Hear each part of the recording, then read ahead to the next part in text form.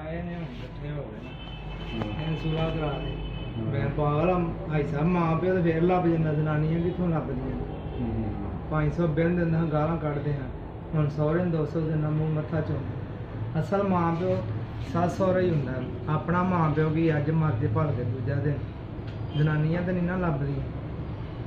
ਹੁਣ ਆਂਦੇ ਨੇ ਸੁਲਾ ਕਰ ਲੈ ਮੈਂ ਕਿਹਾ ਮੇਰਾ ਪਿਓ ਤੇ ਮੇਰੀ ਮਾਂ ਮੇਰੀ ਜਨਾਨੀ ਕੋ ਮਾਫੀ ਮੰਗਣ ਮੈਂ ਘਰ ਆ ਜਾਣਾ ਮੇਰੀ ਕਾਹਦੀ ਲੜਾਈ ਛੋਟੇ ਭਰਾ ਨੇ ਐਸਾ ਮਾਰਿਆ 3 ਦਿਨ ਹੋ ਗਏ ਮੇਰਾ ਅੰਦਰੋਂ ਦਿਲ ਰੋਣ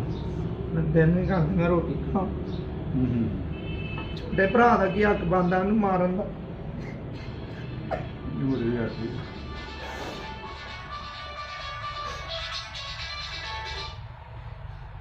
ਜਨਾਨੀਆਂ ਕਿੱਥੋਂ ਲੱਭਦੀਆਂ ਨੇ ਮਾਂ ਪਿਓ ਤਾਂ ਫਿਰ ਲੱਭ ਜਾਂਦੇ ਨੇ ਹੁਣ ਦੋਵੇਂ ਜੀ ਉਹਦੇ ਕੋਲ ਮਾਫੀ ਮੰਗਣਗੇ ਤੇ ਘਰ ਜਾਣਾ ਹੁਣ ਲੋਕਾਂ ਨੂੰ ਜਾ ਕੇ ਕਹਿੰਦੇ ਸਾਡੀ ਸੁਲਾਹ ਕਰਾਓ ਮੈਂ ਪਾਗਲ ਹਾਂ ਜਨਾਨੀ ਨੂੰ ਮਾਰ ਪਵਾ ਕੇ ਤੇ ਹੁਣ ਸੁਲਾਹ ਕਰ ਲਵਾਂ ਭਾਈ ਸਾਹਿਬ ਮੇਰੇ ਵਾਸਤੇ ਸਭ ਕੁਝ ਛੱਡ ਕੇ ਆਈਏ ਮੈਂ ਹੁਣ ਉਹਨੂੰ ਦਲੀਲ ਕਰਵਾਵਾਂ ਉਹ ਕਿਸੇ ਦੀ ਜੰਮੀ ਨਹੀਂ ਹੈ ਮੇਰੀ ਵੱਡੀ ਭੈਣ ਲੜ ਕੇ ਆਈ 8 ਦਿਨ ਤੇ ਅੰਮਾ ਮੇਰੀ ਚੁੱਪ ਨਹੀਂ ਸੀ ਕਰਦੀ ਹੁੰਦੀ ਮੇਰੀ ਧੀ ਘਰ ਆ ਗਈ ਉਹ ਕਿਸੇ ਦੀ ਧੀ ਨਹੀਂ ਹੈ ਇਹਨਾਂ ਦੀਆਂ ਬਾਦੀਆਂ ਲੱਗਦੀਆਂ ਨੇ ਜਨਾਨੀਆਂ ਕਿੱਥੋਂ ਲੱਭਦੀਆਂ ਨੇ ਮਾਂ ਪਿਓ ਤੇ ਹਜ਼ਾਰਾਂ ਲੱਭ ਜਾਂਦੇ ਨੇ ਮਾਂ ਪਿਓ ਮਰ ਜਾ ਸਾਰਾ ਮਹੱਲਾ ਆ ਜਾਂਦਾ ਪੁੱਤਰਾ ਤੇਰੇ ਵੱਡੇ ਵਡੇਰੇ ਨਾ ਰੋ ਜਨਾਨੀ ਮਰ ਜੇ ਕੋ ਜਨਾਨੀ ਆਂਦੀ ਹੈ ਮੈਂ ਤੇਰੀ ਜਨਾਨੀ ਚੁੱਪ ਕਰ ਮਾਂ ਪਿਓ ਤੇ ਫੇਰ ਲੱਭ ਜਾਂਦਾ ਔਰਤ ਜਿਹਨੇ ਕਦਰ ਨਹੀਂ ਨਾ ਕੀਤੀ ਉਹ ਜ਼ਲੀਲ ਹੀ ਹੋਇਆ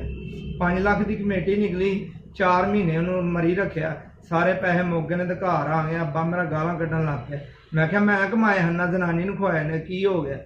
ਐਵੇਂ ਤੇ ਨਹੀਂ ਸਿਆਣੇ ਆਂਦੇ ਜਨਾਨੀ ਦੀਆਂ ਗਾਲਾਂ ਘਿਓ ਦੀਆਂ ਨਾਲਾਂ ਜਨਾਨੀ ਦੀਆਂ ਗਾਲਾਂ ਕਿੱਥੋਂ ਲੱਭਦੀਆਂ ਹਾਂ ਅੱਬਾ ਮੇਰਾ ਆਂਦਾ 12 ਵਜੇ ਸੁੱਤੀ ਪਈ ਉੱਠਦੀ ਤੇਰੀ ਜਨਾਨੀ ਕੰਮ ਕਰਵਾ ਦੇਖੋ ਮੈਂ ਕਿਹਾ ਤੁਹਾਨੂੰ ਕਾਹਦੇ ਲਈ ਰੱਖਿਆ ਜੇ ਮੇਰੀ ਜਨਾਨੀ ਨੇ ਕੰਮ ਕਰਨੇ ਭਾਈ ਸਾਹਿਬ ਉਹਨੂੰ ਮੈਂ ਪੈਰ ਨਹੀਂ ਥੱਲੇ ਲਾਣ ਦਿੰਦਾ ਬੱਚੇ ਆਪ ਸਕੂਲੇ ਛੱਡ ਕੇ ਉਹਨਾਂ ਤਿਆਰ ਕਰਕੇ ਫਰਸ਼ ਧੋਣਾ ਭਾਂਡੇ ਮੈਂ ਧੋਣਾ ਹਾਂਜੀ ਉਹਨੂੰ ਜਿੰਨਾ ਜੇ ਮੈਂ ਘੁੱਟ ਕੇ ਨਾ ਸਮਾਂ ਮੈਨੂੰ ਨੀਂਦਰ ਹੀ ਨਹੀਂ ਪੈਂਦੀ ਹੈ